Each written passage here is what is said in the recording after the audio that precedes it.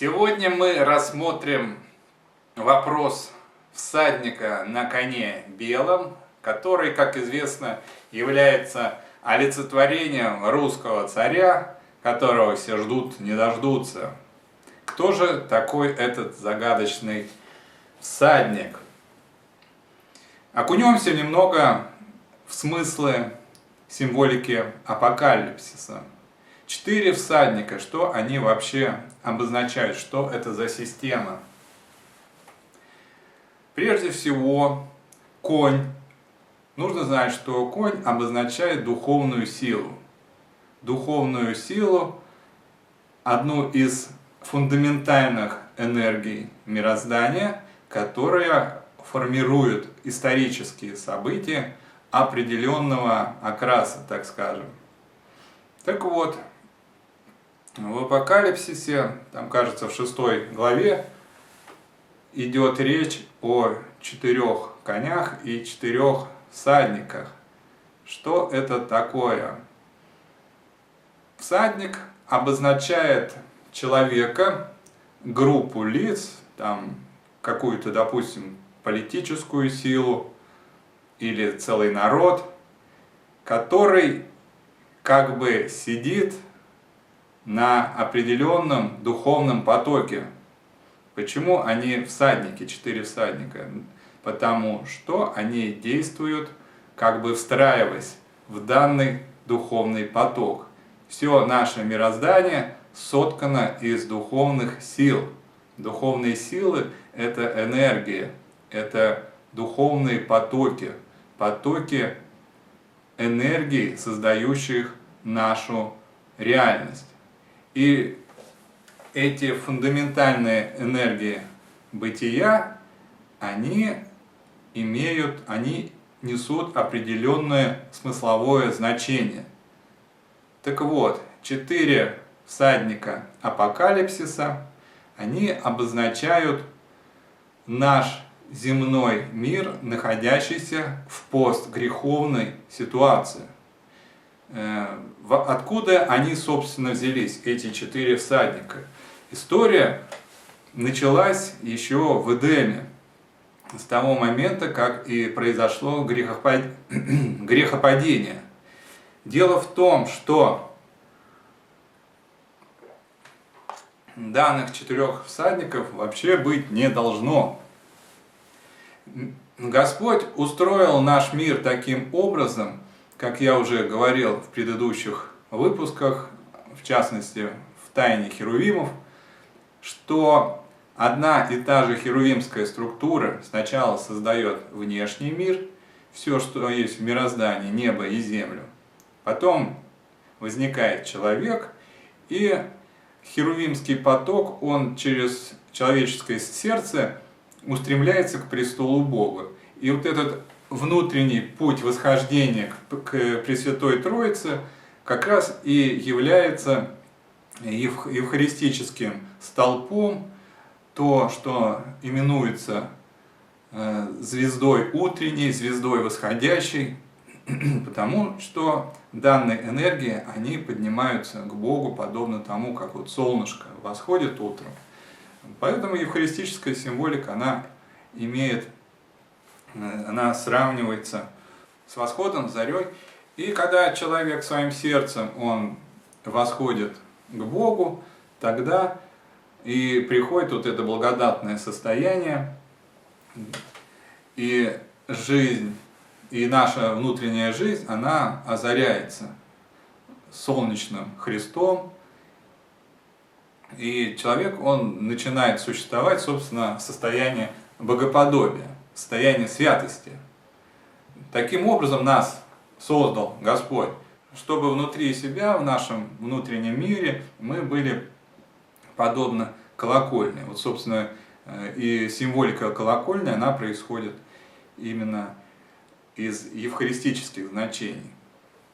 Так вот, после грехопадения половина херувима, половины сущности херувима, которая, собственно, должна была осуществлять евхаристическое восхождение внутри человеческого сердца, эта половина оказалась заблокирована, как известно, после изгнания из Эдема Господь поставил на вратах рая херувима с вращающимся мечом.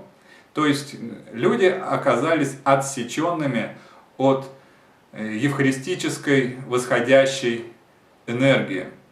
И что тогда произошло? Тогда, как известно, все опрокинулось.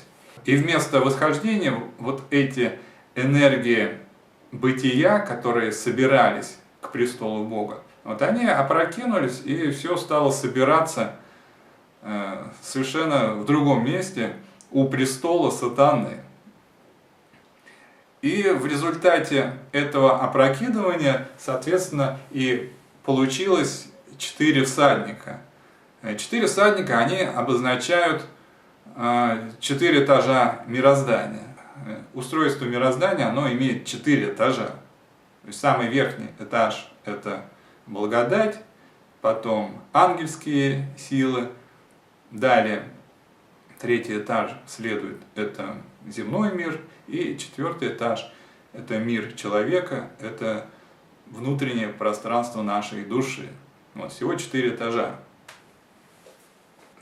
Когда произошло опрокидывание, и вот этот евхаристический столб, который раньше возводил сердце человека к небу, к Богу, вот, теперь образовалась как бы антиевхаристия, антистолб, антипоток, который устремлен был вниз, в преисподнюю, к престолу сатаны.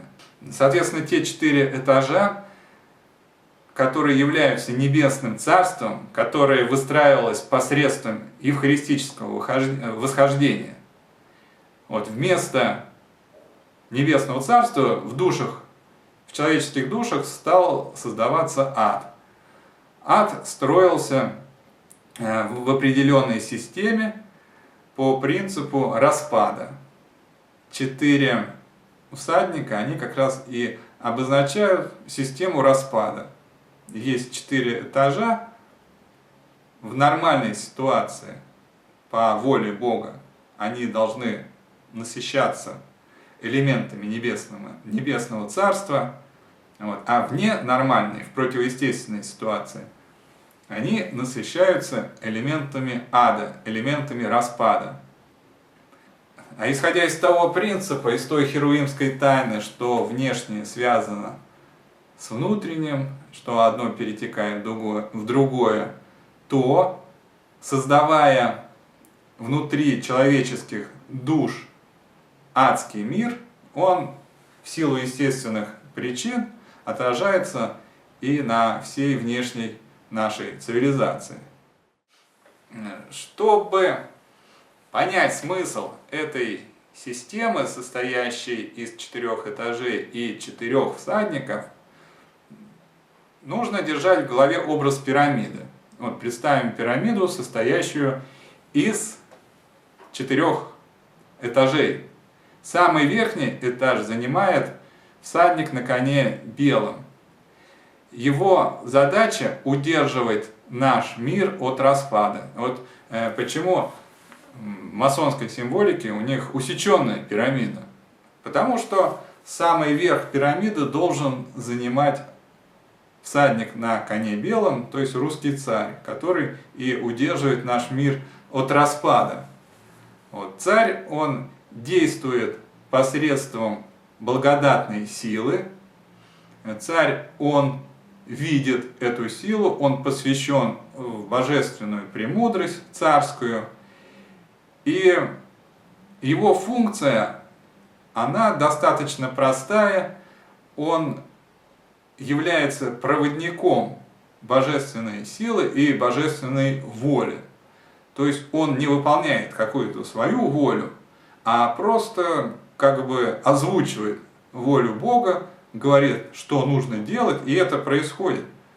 Потому что всадник на коне белом возникает в истории тогда, когда народ созревает до понимания божественного разума, до понимания воли Бога и до готовности выполнять задачи, которые ставит Бог перед людьми. Вот тогда и появляется в народной среде всадник на коне белом.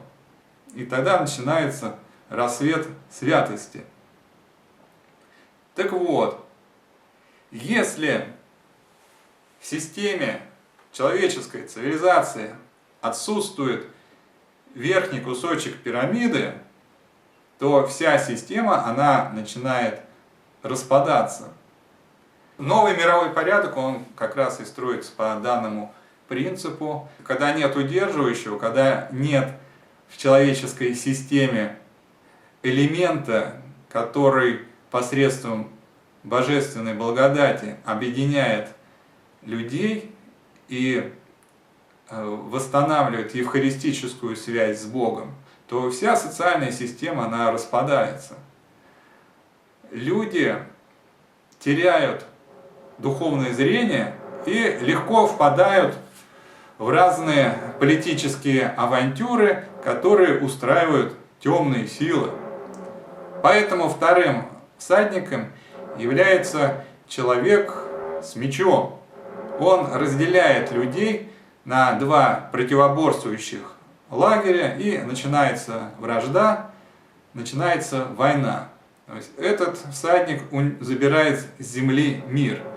Данная духовная сила действует на всех уровнях, начиная с одного человека, когда внутри себя мы разделяемся, вот, когда в нас борются две противоположных идеи, вот, и внутри нас уже начинает идти процесс разрушения.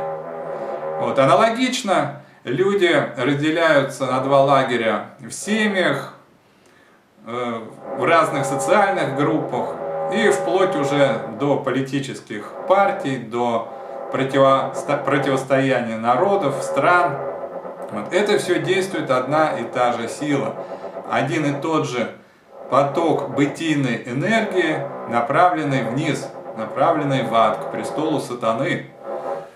Следующий этаж, ведущий в преисподнюю, его символизирует конь вороной и всадник, имеющий в руках своих весы.